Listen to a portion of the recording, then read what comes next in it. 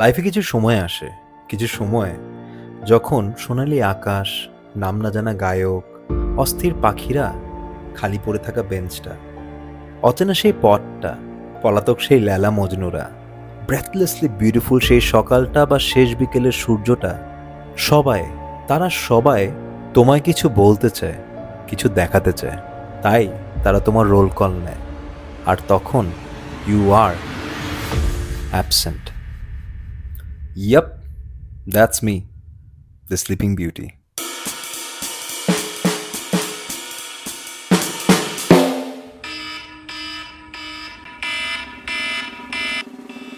In fact স্বপ্ন দেখতেছিলাম, খুশিতে ঠেলায় ঘুরতেছি। এরকম স্বপ্ন দেখার কারণও আছে। সামনে 3 দিনের ছুটি, লং উইকেন্ড, আর তার সামনে কাজ।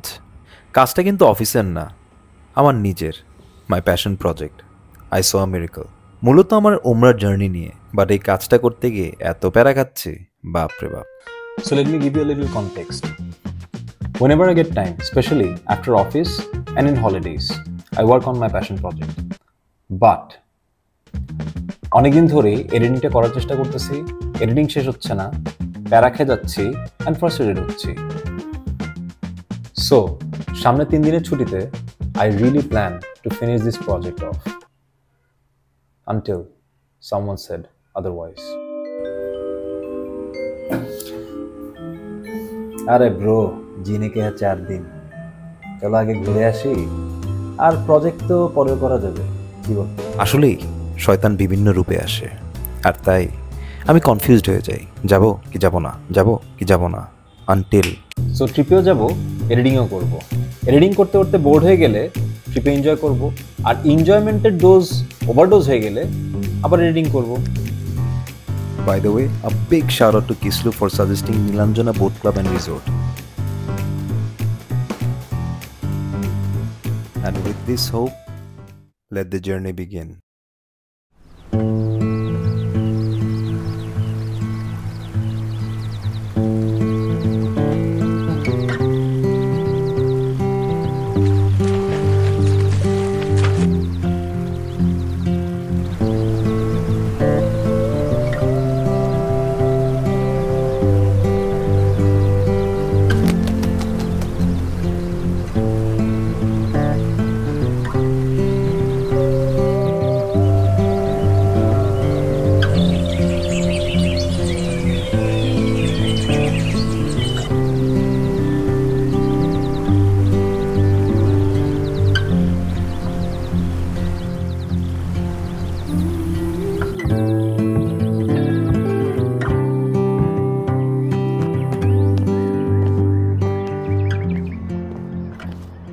ওখানে পৌঁছানোর সাথে সাথেই হালকা একটা ব্যাড বাস খেয়ে গেলাম। রুম দিতে নাকি বেশ দেরি হবে। সো সময়টাকে বেটার ইউটিলাইজ করার জন্য আমরা বের হয়ে গেলাম রিসোর্টটাকে নিজেদের মতো করে ডিসকভার করতে।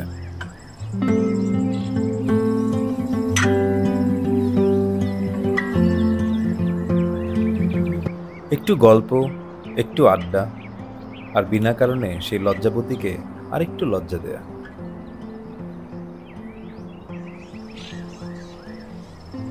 আর বাদশাহী নামদার পড়তে গিয়ে হারিয়ে যাই সেই হুমায়ুনের সাম্রাজ্যে। By the way, thanks to Manik ভাই for gifting me this book. And ঘোরাঘুরি করতে গিয়ে we stumble upon the most beautiful place of this resort.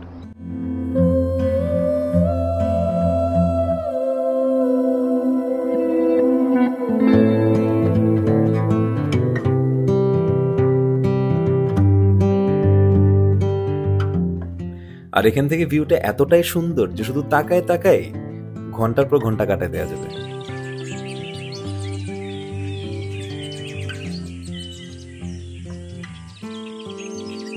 আর ওইদিকে তাকায় দেখি মানিজা খুব সুন্দর করে প্ল্যাটফর্মের কর্নারে বসে ভিউ এনজয় করতেছে, কারণ নেটে বসার সাহস কুলাচ্ছে না। অবশ্য সাহস করে ট্রাই করছিল ঠিকই, বাট ব্যাপারটা আসলে বেশি দূর আগায় নাই। বাই দ্যাট টাইম আমাদের রুম ওয়াজ রেডি, বাট জায়গাটা ছাড়তেই ইচ্ছা করতেছিল না। Time was going very slow, and আর একটু স্লো হলে ভালো হতো। হঠাৎ করে চোখ পড়ল মেম সাহেবের দিকে। উনি কিন্তু ঠিকই সাহস করে ওনার গন্তব্যে পৌঁছে গেছে। কি মজার না, হালকা একটু সাহস করলে কমপ্লিটলি একটা ডিফারেন্ট পার্সপেক্টিভ পাওয়া যায়, নতুন একটা view. Wow, hashtag realisation of life. ও ট্রিপ। একদিকে মেম সাহেব তার নতুন ভিউ এনজয় করতেছে, আর আরেকদিকে আমি চিন্তা করতেছি, দুশ্চিন্তা করতেছি, কখন এডিটিংটা ধরবো, কখন প্রজেক্ট শেষ হবে, আদৌ শেষ হবে নাকি, শত প্রশ্ন, কত অস্থিরতা। ঠিক ওই পাখিদের মতো, or probably the mind sees what it wants to see. তাই নিজের মাইন্ডকে নিজেই প্রশ্ন করলাম, do I want to C this? Probably not. তাই অস্থির পাখিদের বাদ দিয়ে অন্যদিকে তাকালাম, আর দেখলাম আজ আকাশটাও কি অস্থির সুন্দর। জানতে পারলাম আজ সন্ধ্যায় মেঘের রং ছিল সোনালি, আর বুঝলাম এমন প্যারাডাইসে থেকে প্যারা খাওয়াটা বড়ই বোকামি। যাই হোক, এভাবে দেখতে দেখতেই সন্ধ্যার আলো নিভে গেল। And the night comes alive with bhoot.com. I know, vacation, ভূতের গল্প, the combo is very weird, but it's my thing. And especially নির্জন নিস্তব্ধ শীতের রাত, ঝিঝি পোকার ডাক আর রাসেল ভাইয়ের ভয়েস, মানে একটা ভয়ঙ্কর combo for a beautiful horror story.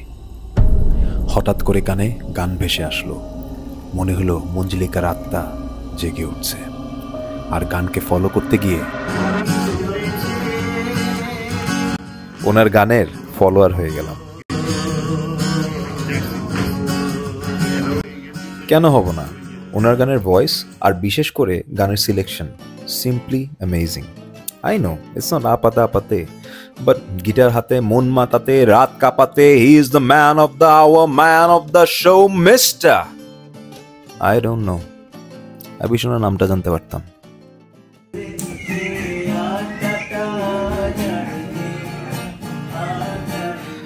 আমরা ওনার সাথে গানে গলা মিলালাম, আর কিছু সময় থাকে না, when the song hits you hard, it was that kind of a song.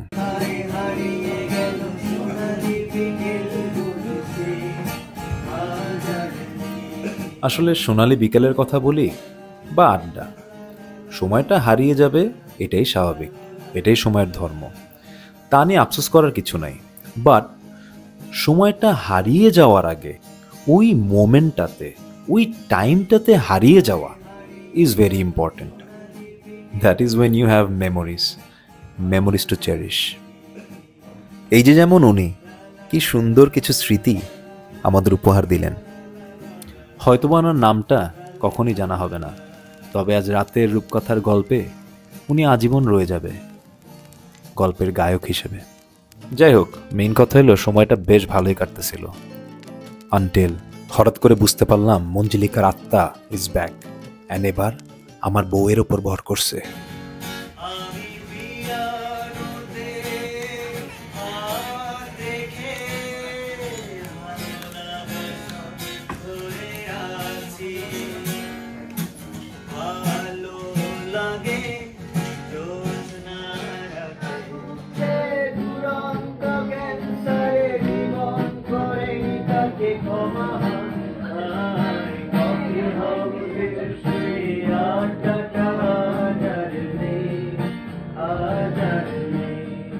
Coffee হাউসের সেই আড্ডার সাথে সাথে রাতটাও শেষ হয়ে এলো না এডিটিং, ইনফ্যাক্ট ধরাও হয় নাই। কি করার, নিজেকে বুঝ দিলাম, আরে it's okay, let's wait for tomorrow.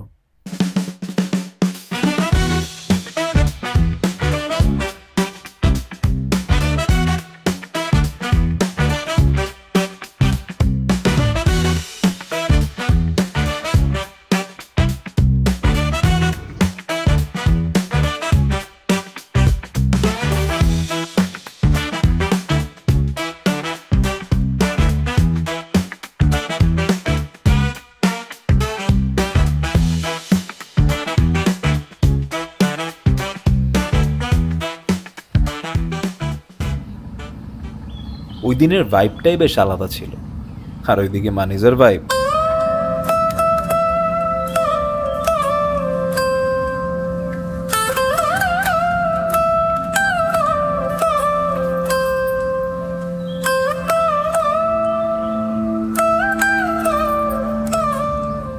ভাইবের হালকা পাতলা মিসম্যাচ হলেও দিন শেষে তার ছন্দ আর আমার তাল এক করে নিলাম।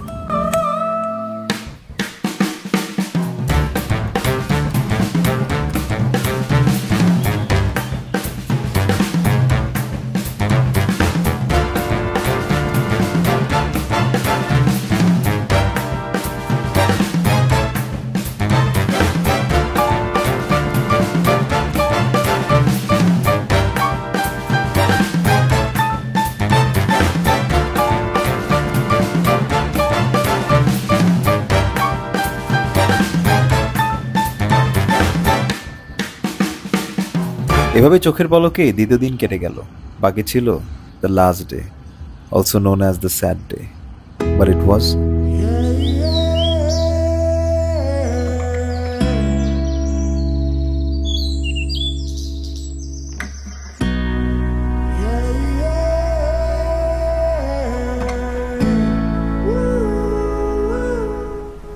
আমরা আমাদের রিসোর্টটাকে শেষবারের মতো বাই বাই বলে রওনা দিয়ে দিলাম বোট নিয়ে, with little master as our tour guide. আর মাস্টারের রেকমেন্ডেশন অনুযায়ী আমরা প্রথমে যাব একটা বিউটিফুল ঝর্ণা দেখতে।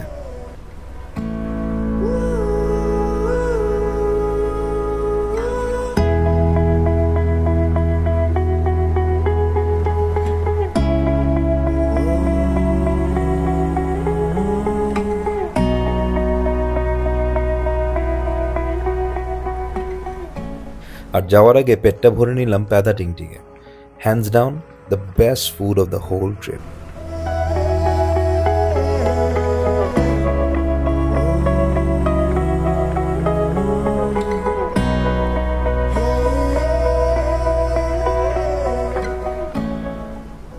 এত সুন্দর, এত সিরিন একটা এনভায়রনমেন্টে হঠাৎ করে দেখি ডিস্কোর তালে তালে ডান্স চলছে কোনো কারণ ছাড়া।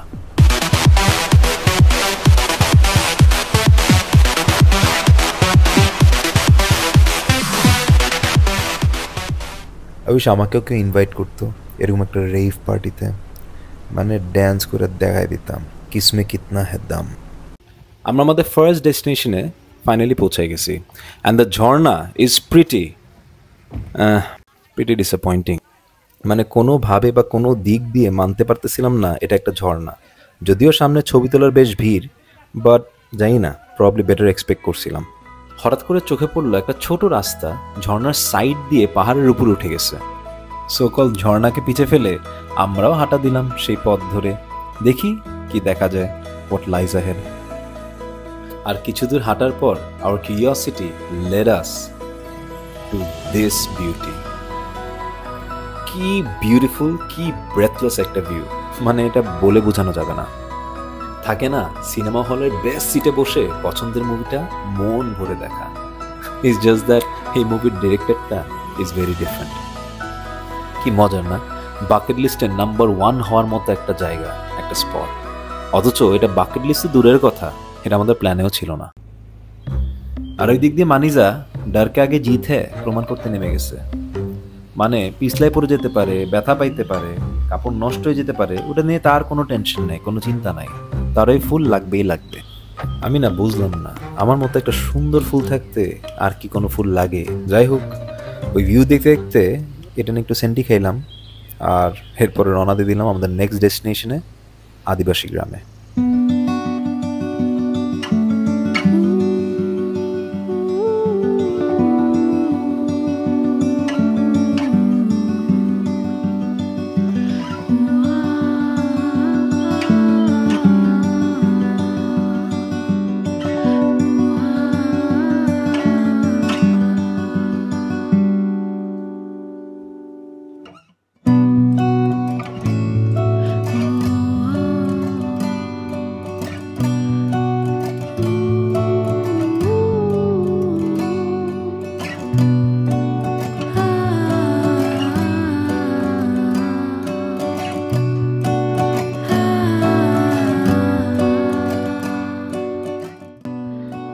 গ্রামটা বেশ নিরিবিলি অ্যান্ড কালারফুল।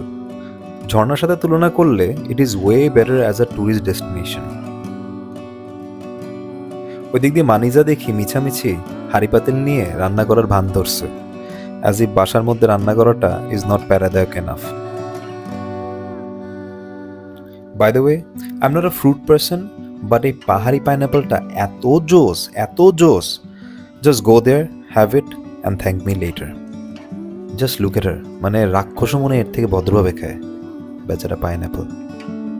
ঘোরাঘুরি শেষ করে আমরা দুইজন মিলেই বসলাম, আশপাশটা খুব ভালো করে অ্যাবজর্ভ করে নিচ্ছিলাম, কারণ এর পরের ডেস্টিনেশন বাসা। In fact this is the end of the trip. আর এই সময়টাতে মনটা এতটা খারাপ থাকে, ট্রিপের শেষ, কালকের থেকে অফিস শুরু, আর প্যাশন নিয়ে যে প্রজেক্টটা শুরু করছিলাম সেটা তো ধরাই হয় নাই। বাট সারপ্রাইজিংলি তখন এগুলার কোনো কিছু নিয়েই চিন্তা করতেছিলাম না, বরং সানসেটের দিকে তাকায় এটা চিন্তা করতেছিলাম, এই জার্নিতে না আসলে জানাই হইতো না। সাহস করে হালকা পা বাড়ালেই কমপ্লিটলি একটা ডিফারেন্ট পার্সপেক্টিভ পাওয়া যায়। যেটাকে মনে হয় মেইন ডেস্টিনেশন, হয়তোবা তার আশেপাশে এর থেকেও বিউটিফুল একটা ডেস্টিনেশন লুকায় আছে, শুধু প্রয়োজন একটু ডিস্ট্রাকশন। মোমেন্টারিলি কিছু জিনিস লাইফে খুব ইম্পর্টেন্ট মনে হয়, আর সময়ের সাথে সাথে সেই ইম্পর্টেন্ট জিনিসটা যে কোথায় হারায় যায় কেউ খেয়ালই রাখে না। And last but not the least, dance করতে কোনো কারণ বা ইনভিটেশন লাগে না, শুধু লাগে মিউজিক। আর এই সিম্পল ইয়েট সুন্দর জিনিসগুলোকে রিয়েলাইজ করা তখনই পসিবল হয় যখন সেই সোনালি মেঘ, নাম না জানা গায়ক, অস্থির পাখিরা, হারিয়ে যাওয়া ফুলটা বা খালি পড়ে থাকা বেঞ্চটা, পলাতক সেই লেলা মজনুরা, অজানা সেই পথটা, অপূর্ব সেই সকালটা বা শেষ বিকেলের সূর্যটা, গোটা পৃথিবী তোমাকে কিছু বলার জন্য, কিছু দেখানোর জন্য প্রকৃতির পাঠশালায় যখন তোমার রোল কল নেয়, you have to be present. যতই লেট হোক, এই অ্যাটেন্ডেন্সে প্রেজেন্ট থাকতে পারলে বিউটিফুল কিছু প্রেজেন্ট পাওয়া যায়, যার নাম মেমোরিজ। হয়তোবা এই স্মৃতিগুলোকে নিয়ে গল্প করতে করতে কাটিয়ে দেওয়া যায় শেষ বিকেলটা, শেষ সময়টা। আর প্রবলি তখন এন্ডিংটাও এতটা স্যাড লাগে না, তার ট্রিপের হোক, ভিডিওর হোক, কিংবা লাইফের।